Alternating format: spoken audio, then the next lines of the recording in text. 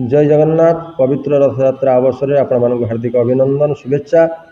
आज पवित्र माउसी माँ मंदिर में अनुष्ठित होगा जाऊँगी एक कौतूहलपूर्ण रोमांचकारी आकर्षणीय तथा हृदयस्पर्शी उत्सव जहाँ हेरा पंचमी नाम सारा विश्व में प्रसिद्ध।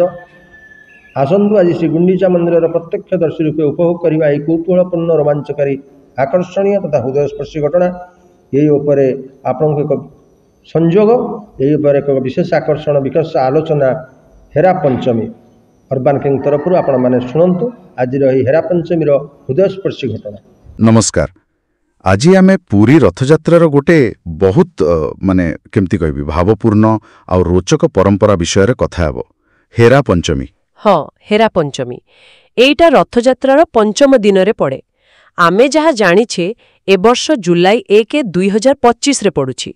अच्छा, आउ एहर मूल कथाटा हैला देवी लक्ष्मी का अभिमान ना? एकदम सेईटा ही तो मूल कथा। भाबंतु टिके माँ लक्ष्मी को तांका स्वामी माने प्रभु जगन्नाथ श्रीमंदिर रे एका छाड़ी भाई घोड़ींका संगरे गुंडीचा मंदिर चली जाइछंती। सेथिपई तो अभिमान आसीबा स्वाभाविक। हाँ, बहुत अभिमान आउ असंतोष। आउ हेरा पंचमी हेउछि सेई मानवीय अनुभूतिर गोटे दिव्य प्रदर्शन एमती कहि परिबा। तेबे एई जो अभिमान एटा खाली मन भितर रहे ना एहाकू किछि अलगा भावे पालन करा जाए माने नीति केमती हुए? सुनिछि एटा टिके गोपनीय भावे हुए। हाँ, किछि मात्रा रे गोपनीयता रखा जाए। नीतिटा मुख्यतः राति रे हुए। माँ लक्ष्मी गोटे सुंदर सजा हेथिबा विमान रे माने पालिंकी रे बसी बड़दाण्ड देई गुंडीचा मंदिर जांती। अच्छा, पूरा शोभायात्रा भଳି। हाँ, तांको सांगरे पूजा पंडा सेवक बाजावाला सबु जानती। गोटे बड़ राजकीय व्यापार भरी लागे। किंतु सुनिछि गुंडीचा मंदिर पाखरे पहुंचिले कोड़ा अटके दिया जाए, सत्य की? हाँ, सेठी ही तो कथाटा आहुरी बढ़ी जाए। गुंडीचा मंदिरर मुख्य कबाट बंद कर दिया जाए। माँ लक्ष्मी को भीतर को जीवाकू दिया जाए नहीं। काहे की? सेईटा प्रभु जगन्नाथंक सेवक माने करंती। एटा गोटे सांकेतिक कथा जे प्रभु एबे तांको परिवार सह अछंती। माँ लक्ष्मी को एबे भेटी हबनी। एथिरे मांको अभिमान आहुरी बढ़ी जाए। ओहो, एहा परे तो से प्रसिद्ध रथ भंगा नीति हुए, ठीक ना? सेटा कोन प्रकृति रे रथ भांगी दियंती? नहीं, सेमती पूरा भांगिबा कथा नुहे।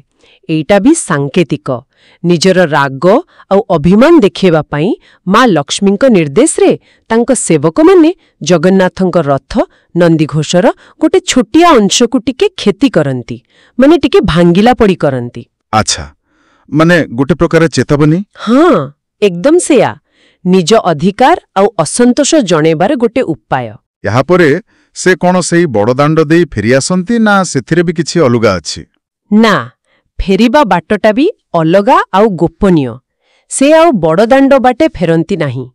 गोटे अलगा गली बाट देई फेरंती जहाकू हेरा गोहिरी साही कहंती। ओहो, माने जीवा बेले पूरा देखै की आउ फेरिबा बेले लुचि की? हाँ, कारण अभिमान अछि सत किंतु संपर्कर मर्यादा भी रखिबाकू हेबो। सेईटा दर्शाए एई नीति। वाह, ए पूरा नीतिटा सत्तरे गोटे मनस्तात्विक नाटक भली लागुछि। आउ एटा देखिबाकू तो प्रबल भीड़ हुए निश्चय। हाँ, लक्ष लक्ष लोक आसंती। तेबे सुरक्षा व्यवस्था विशेष करी आजिकाली जहाँ सुना जाउछि गुंडीचा मंदिर पाखरे दला चकटा कथा, सेठिपाई किछि अधिक व्यवस्था करा जाइछि की? हाँ, एथर सरकार आउ मंदिर प्रशासन बहुत सतर्क अछंती बोली जाना पड़िछि। सुरक्षा व्यवस्था को बहुत बढ़ाई दिया जाइछि।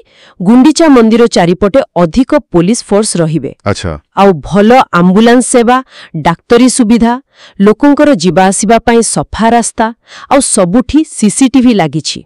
कड़ा नजर रखा जाइछि। हाँ, एटा बहुत जरूरी। परंपरा सहित लोकंको सुरक्षा भी सेतिकी गुरुत्वपूर्ण। तेबे आजिरो आलोचना को जदि देखिबा हेरा पंचमी केवल गोटे पूजा नीति नुहे। ना, आदौ नुहे। एहा भितरे देवता मानंकर मानवीय भावना जेमती प्रेम अभिमान अधिकार आउ शेषरे क्षमा आउ मिलनर कथा भी अछि। एकदम ठीक। परंपरा भावना आउ आजिर समयर वास्तवता सबुर मिश्रण ई पर्व। एई नीति हमको संपर्क भितरर जटिलता विषय रे भाबिबाकू बाध्य करे। हाँ, केमिति अभिमान हुए, केमिति ताकू देखा जाए आउ शेषरे केमिति समाधानर बाट बाहरे। आलोचना शेषरे गोटे कथा मते मुंडकू आसुछि।